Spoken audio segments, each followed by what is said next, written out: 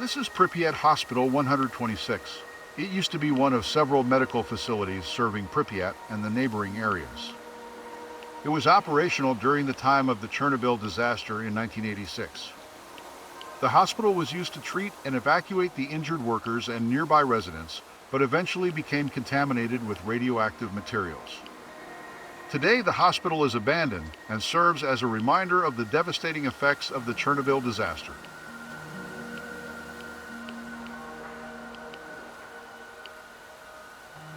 On the night of the Chernobyl disaster, firemen and plant workers were taken to Pripyat Hospital 126 with radiation sickness and burns. They arrived still wearing their contaminated suits and were treated at the hospital. Despite being abandoned for over 30 years, their suits stored in the basement still emit dangerous levels of radiation.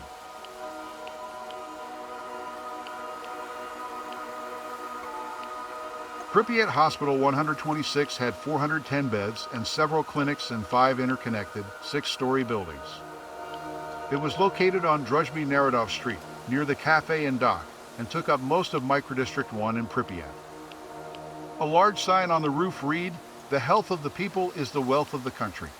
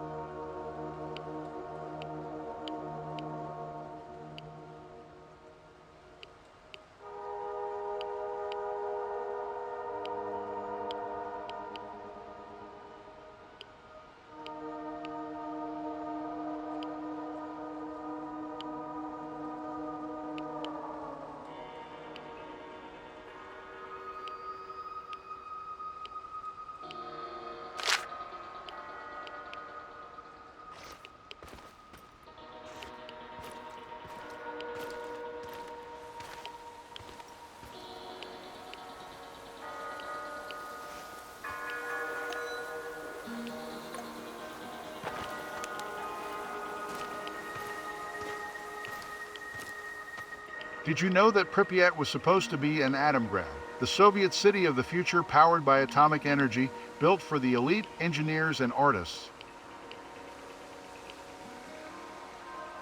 Atomograds or Atomgrads were small industrial cities designed to serve the needs of commercial nuclear power plants. With populations ranging from 30,000 to 80,000, these cities emerged in the 1960s and 70s, mainly in the western parts of the Soviet Union. Almost all of them were located within agricultural landscapes and close to rivers, which Soviet engineers deemed suitable for building nuclear power plants. These sites were not situated far from industrial regions that required electric power, yet they had low population densities.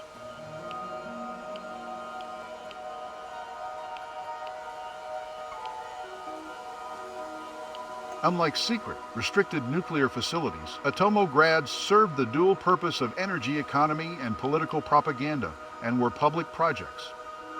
The residents of Atomograds were well educated and socially privileged compared to the average city dweller in the Soviet Union. These cities played a crucial propaganda role and represented a particular type and stage of socialist industrial city planning and social engineering.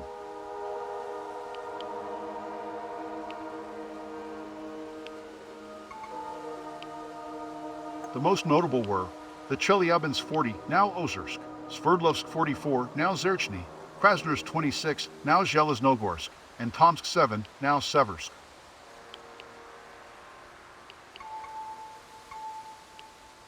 Nuclear cities heavily influenced their surroundings and provided opportunities for young people to escape the farm and learn about modern urban and industrial life.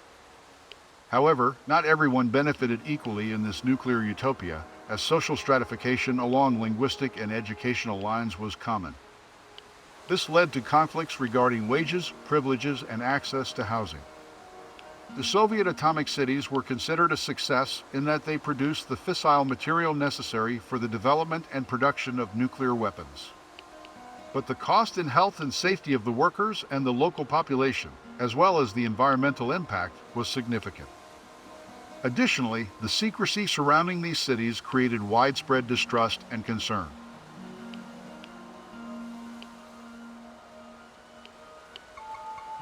Nuclear cities heavily influenced their surroundings and provided opportunities for young people to escape the farm and learn about modern urban and industrial life. However, this led to the Soviet, but the addition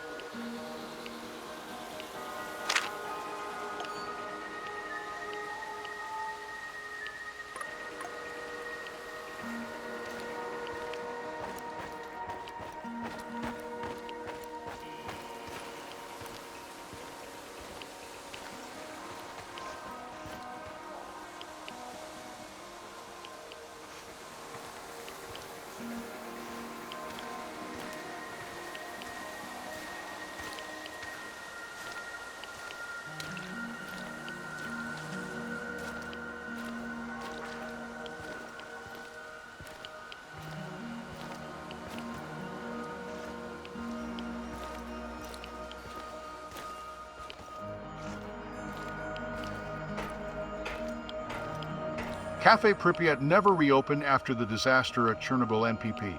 It remains abandoned and is now a popular tourist destination in Pripyat. This place is really one of a kind. It offers a unique and eerie glimpse into the past.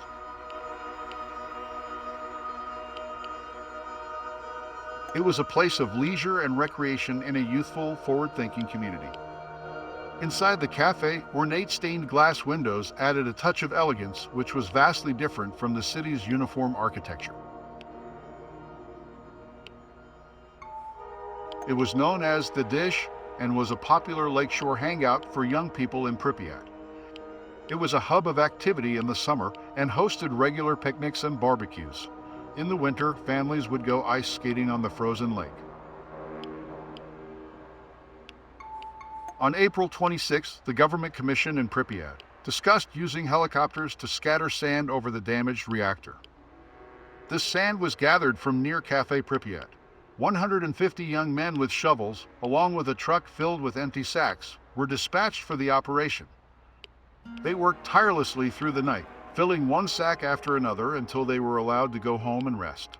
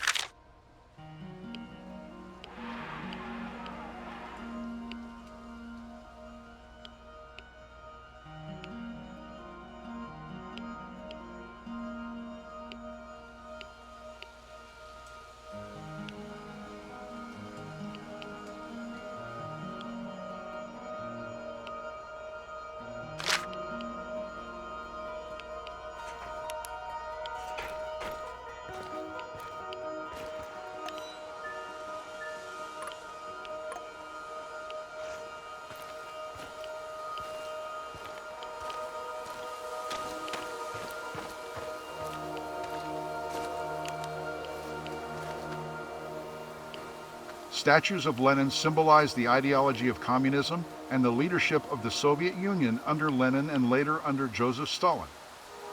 They were often prominently placed in public spaces like town squares, parks, and on top of buildings. They were a reminder of the state's power and its officially mandated ideology. The statues were a form of political propaganda used to promote the ideals and values of the Communist Party and to maintain public support for the government. Soviet propaganda regarding the Chernobyl disaster portrayed the event as a minor accident caused by operator error. The official response downplayed the number of casualties and emphasized the Soviet state's quick response to the disaster. The goal was to minimize public panic and maintain trust in the government and the nuclear energy industry. The true scale of the disaster and its long-term impacts were suppressed and only became widely known after the collapse of the Soviet Union.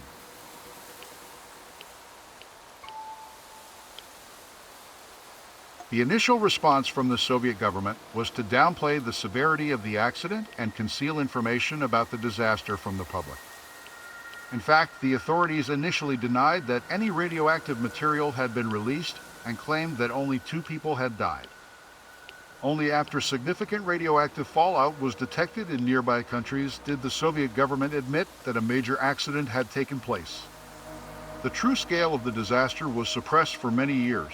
Only after the collapse of the Soviet Union did more accurate information become widely known.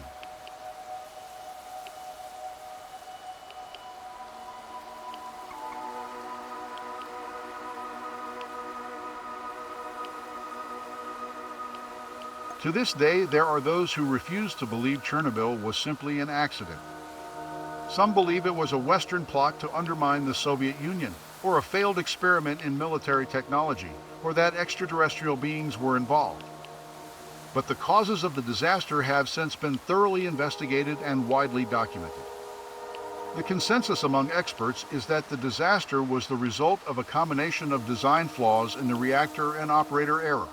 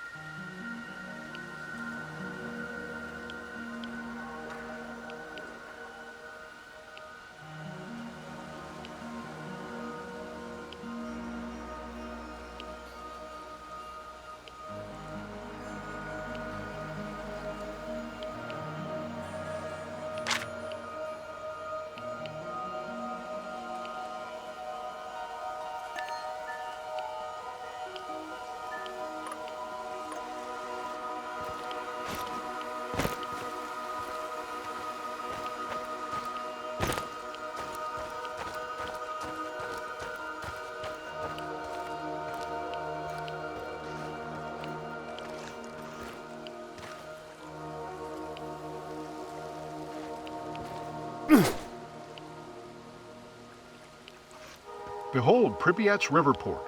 This was once an important transportation and communication hub for the city.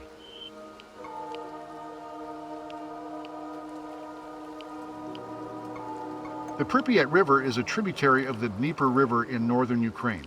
It's 724 kilometers long and has a catchment area of 97,000 square kilometers.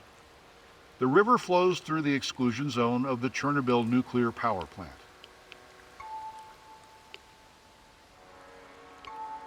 Before the accident, it was used to transport goods and materials to and from the power plant. The river and its tributaries were heavily contaminated in the aftermath of the disaster. Its water was also used to cool the damaged reactors. The Pripyat River is home to a variety of fish, including catfish, bream, perch, pike, and roach. But fishing in the river and its tributaries is prohibited